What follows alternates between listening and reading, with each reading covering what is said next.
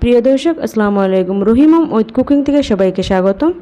নতুন আলু দিয়ে দেশি মুরগির মাংসের ঝোলের রেসিপি আপনাদের সঙ্গে শেয়ার করব। চলুন দেখে নেওয়া যাক রেসিপিটা। সবার প্রথমে চুলায় একটি কড়াই বসিয়ে নিয়েছি। কড়াইয়ের মধ্যে দিয়ে দিচ্ছি সরিষার তেল পরিমাণ মতো। তেল হালকা গরম হয়ে গেলে এর মধ্যে দিয়ে দিব বড় মিডিয়াম সাইজের 3টি পেঁয়াজ কুচি করে কেটে রেখে দিয়েছিলাম আগে থেকে। এই পেঁয়াজ কুচিগুলি দিয়ে দিচ্ছি।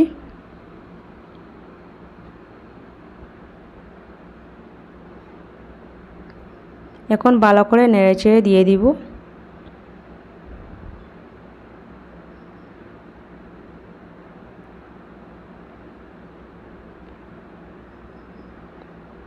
এইভাবে কিছুক্ষণ ভেজে নিব।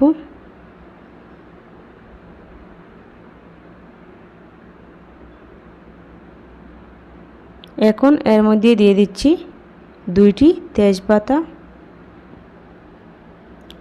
2টি লবঙ্গ, 2টি গোলমরিচ, 4 থেকে 5 টুকরো দারুচিনি, 3টি এলাচ। আবারও সব কিছু ভালো করে মিশিয়ে নিব।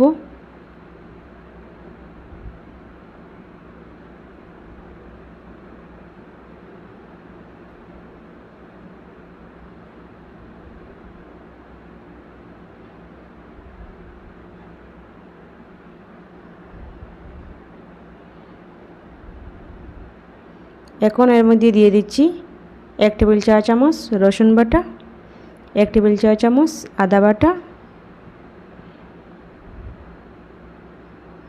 ভালো করে নেড়েচেড়ে দিয়ে দিচ্ছি সব কিছু মিশিয়ে।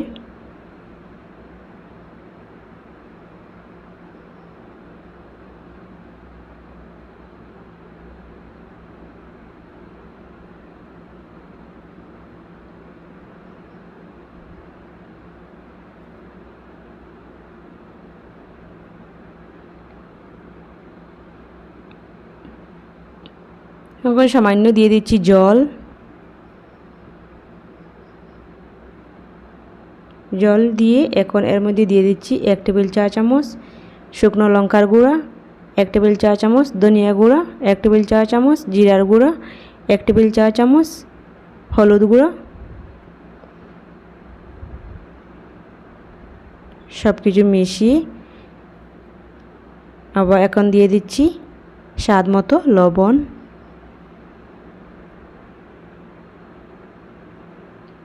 কিছুক্ষণের জন্য ঢাকনা দিয়ে ঢেকে দিব।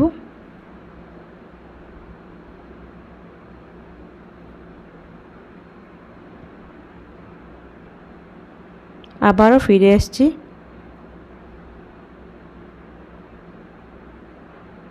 মশলাগুলি কষানো হয়ে গেছে। এখন এর মধ্যে দিয়ে দিচ্ছি দেশি মুরগির মাংস।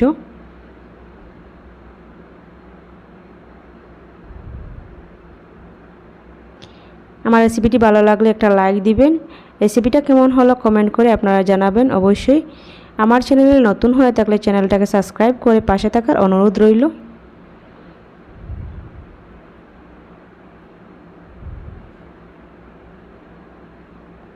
মাংস দিয়ে ভালো করে মিশিয়ে নিব।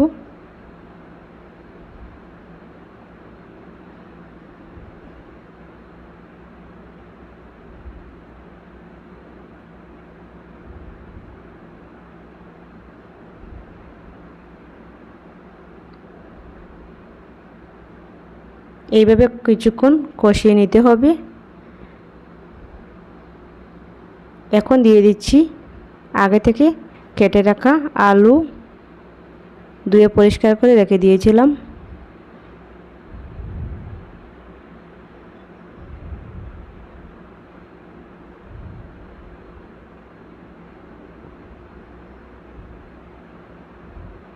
এখন ঢাকনা দিয়ে রেখে দিচ্ছি।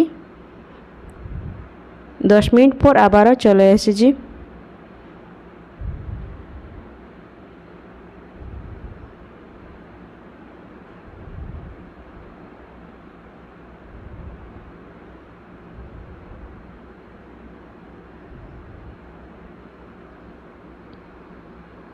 ভালো করে কষানো হয়ে গেলে এখন এর মধ্যে দিয়ে দিব উষ্ণ গরম জল দিবেন অবশ্যই।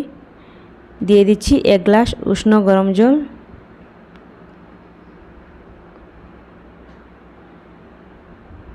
আবারও ঢাকনা দিয়ে রেখে দিচ্ছি।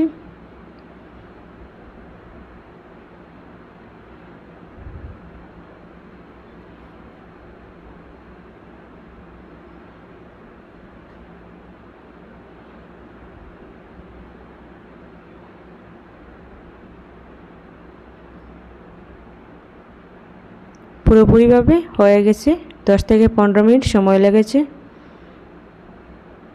দেখুন কি যে সুন্দর হয়েছে, আপনারা অবশ্যই বাসায় ট্রাই করবেন এইভাবে।